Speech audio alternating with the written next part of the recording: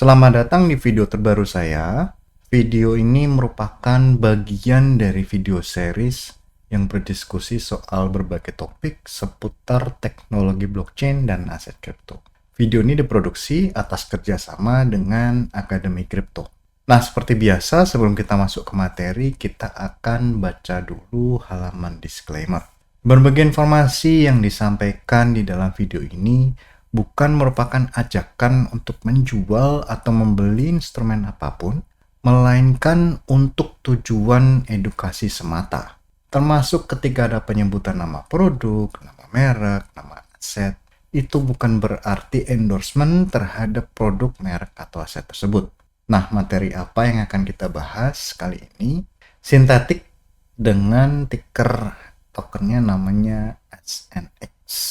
Nah, jadi topik kita kali ini cukup berat gitu ya. Makanya yang akan kita kulik adalah hanya kulit-kulitnya saja atau konsep-konsep dasar dari sintetik. Jadi dia merupakan protokol DeFi yang khusus, yang cukup unik dan cukup kompleks. Nah, jadi Synthetix ini salah satu produk DeFi atau Decentralized Finance yang ada di dalam Ethereum. Nah, jadi dia tidak bergerak di bidang lending borrowing, tidak bergerak di bidang exchange, decentralized exchange, tetapi dia bergerak di bidang derivatif atau produk derivatif dari sebuah aset. Dia memang ada tradingnya, tetapi tidak langsung melakukan perdagangan atau trading atas aset. Yang diperdagangkan adalah synthetic asset. Nah, makanya namanya synths. Nanti kalau kita sebut soal synths, itu adalah synthetic asset atau aset sintetis atau aset derivatif, produk derivatif dari sebuah aset. Nah, jadi synth ini merupakan perwakilan atau derivatif dari real world value asset. Misalnya Ethereum atau Ether ya, yang merupakan native token dari Ethereum. Kalau dalam sintetik, nanti yang bergerak itu bukan ETH-nya, tetapi synths dari Ether. Jadi synths dari Ether itu dia akan melacak harga dari Ether, tapi dia tidak berhubungan langsung dengan asetnya. Nah, manfaatnya adalah si user itu bisa mendapatkan exposure ke aset tersebut. Apakah kenaikan dan penurunan nilai aset tanpa harus memiliki aset tersebut. Artinya kalau misalnya si Ether tadi terlalu kompleks untuk dipegang langsung, kita bisa menggunakan synths atau produk derivatif dari Ether ya, atau produk aset-aset lainnya. Nah, synths itu sebenarnya apa? Atau synthetic asset itu apa? Yaitu token digital yang memirror atau merefleksikan nilai aset yang lain. Misalnya SUSD, dia merupakan synthetic asset dari USD. Kemudian ada SBTC, merupakan synthetic asset dari Bitcoin. Kemudian ada SETH, merupakan synthetic asset dari Ether. Ya. Jadi yang tadi sekali lagi yang dibahas di sini adalah aset sintetis atau aset derivatif dari aset-aset yang sebenarnya bernilai seperti USD, Bitcoin, dan Ether.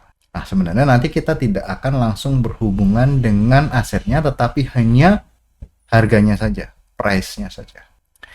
Nah, tidak hanya itu, tapi kita bisa melacak stok komoditas atau indeks lain. Indeks itu apa? Adalah gabungan dari saham-saham misalnya. Kita tidak perlu memegang actual underlying asset, jadi kita tidak perlu berhubungan dengan yang lain-lain, Bitcoin, ETH, dan lain sebagainya. Kenapa menggunakan synths? Pertama, global access maksudnya ke aset tanpa KYC atau tanpa custody.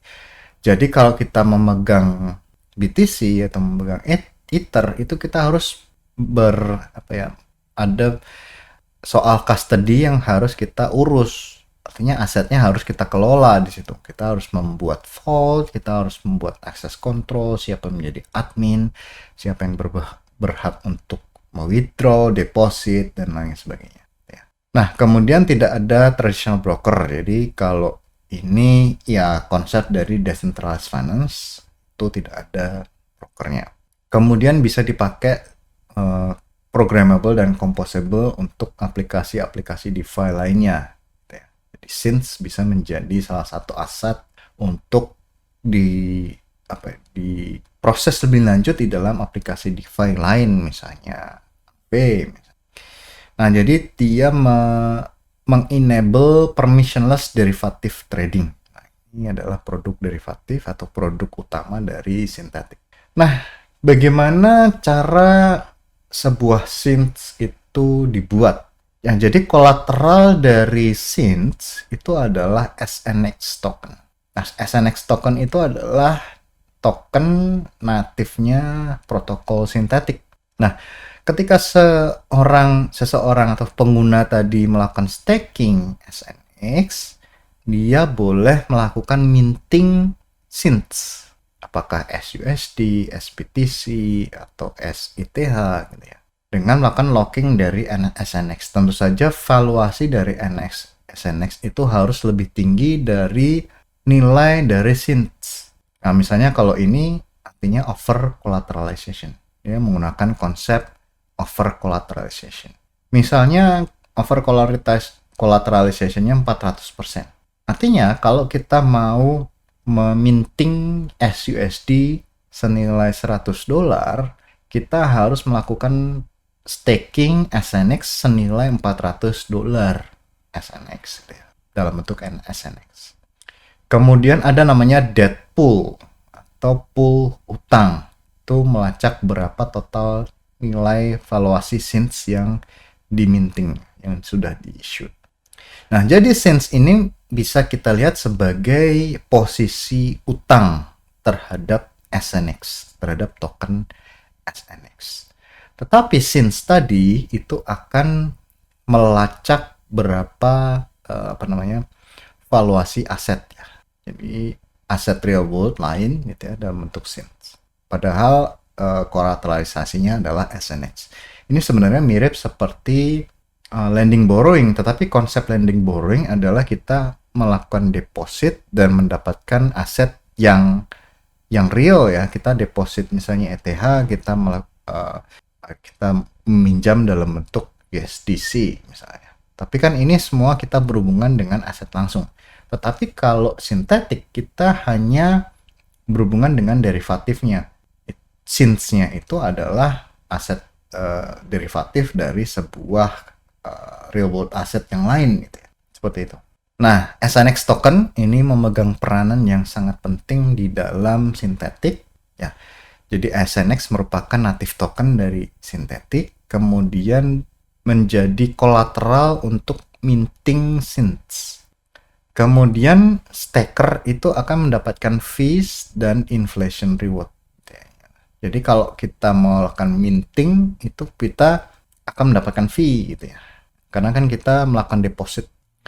Nah, kalau kita melakukan deposit kemudian kita minting SYNS itu ada resiko ya. Resiko kalau misalnya nanti SYNS yang kita atau misalnya SNX-nya itu valuasinya turun, kan artinya nanti LTV loan to value-nya akan makin meningkat. Artinya staker itu punya resiko kalau SNX-nya dilikuidasi ya. Jadi mereka punya peran atau resiko terhadap debt atau utang atas SYNS ya. Nah, SYNS kan kita bisa lihat sebagai posisi utang atas token SNX yang kita deposit gitu ya. Nah, apa itu Synthetix debt pool atau kolam utang? Jadi ketika SYNS itu diminting, itu staker artinya meminjam di dalam pool kolateral. Karena kan dia harus melakukan deposit kolateral dalam bentuk SNX, kemudian dia akan meminjam dalam bentuk SYNS. Kemudian utang itu akan di-share across all stakers. Jadi semua staker akan mendapatkan rasio utang yang sama karena debt pool-nya sama. Nah, jadi kalau misalnya nilai atau valuasi dari synth-nya itu fluktuatif, nilai dari debt-nya itu akan berubah gitu kan. Jadi loan to value-nya akan berubah. Misalnya nilai valuasi dari synth-nya tetap gitu ya, atau SNX-nya tetap, kemudian nilai dari synth-nya itu meningkat, nah itu apa yang terjadi. Kemudian ada dynamic risk atau risiko dinamis. Staking itu akan membuka exposure kepada whole system. Jadi debt-nya atau rasio utangnya itu akan di-sharing ke semua staker. Nah, tradingnya gimana? Jadi kan setelah mendapatkan SYN, membuka posisi utang, itu bisa langsung di trading menggunakan front end misalnya Quanta. Kemudian tidak ada order book menggunakan pool liquidity. Nah, ini sebenarnya konsepnya mirip seperti DEX biasa ya.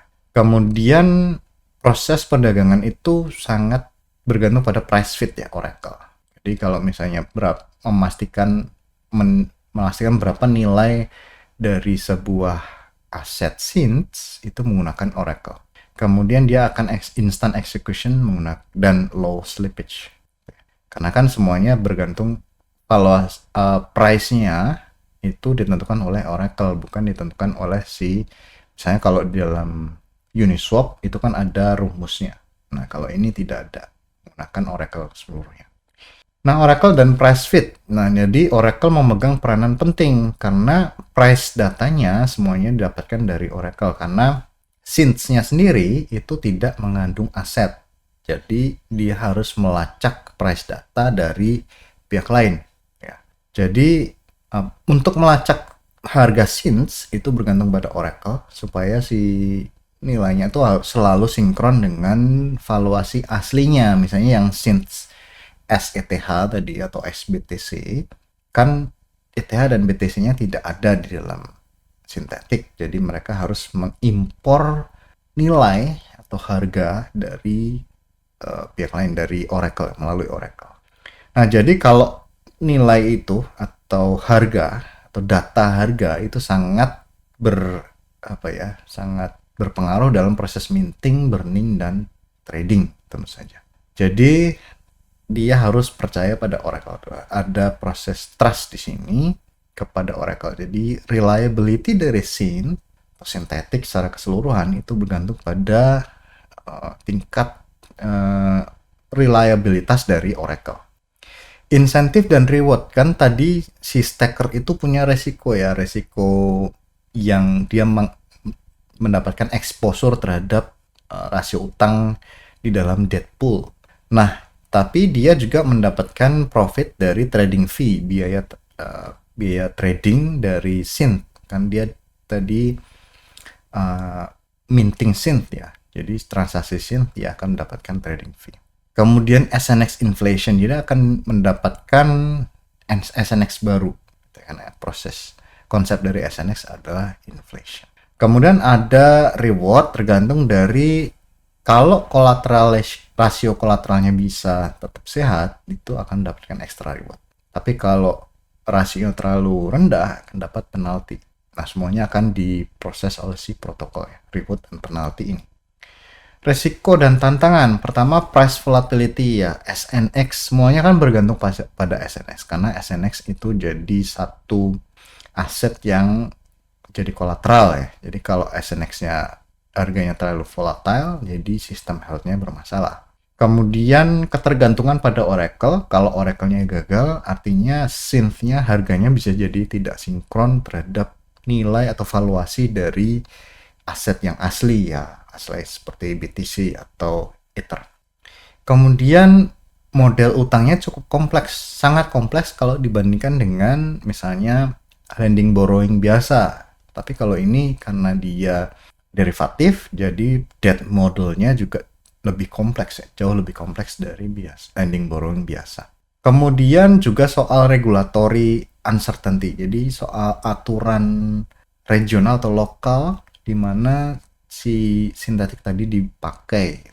Untuk sintetik aset memang banyak sekali mungkin aturan-aturan yang harus dipenuhi. Ekosistem synthetics dan integrasi dengan DeFi lain. Nah, dia bisa dipakai di aplikasi DeFi seperti Curve, Yarn, dan OneInch. Kemudian untuk front end-nya bisa menggunakan Quenta. Kemudian integrasinya menggunakan L2 itu bisa di dalam Optimism. Dia berjalan di dalam Optimism untuk biaya yang lebih murah. Kemudian kelas asetnya juga semakin banyak ya. Variasi dari aset kelasnya juga makin banyak. Recent development atau perkembangan terbaru dari Synthetic adalah migrasi ke versi 3 dengan modular dan multi-chain. Kemudian fitur baru seperti perpetual, leverage trading, kemudian atomic swap.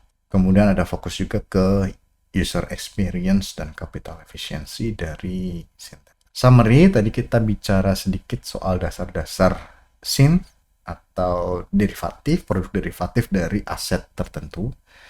Kemudian bagaimana peran dari SNX di dalam ekosistem Synthetics, kemudian bagaimana decentralized exposure yang ditawarkan oleh Synthetic kepada aset-aset kripto yang bervariasi seperti Bitcoin dan Ethereum dan USDC.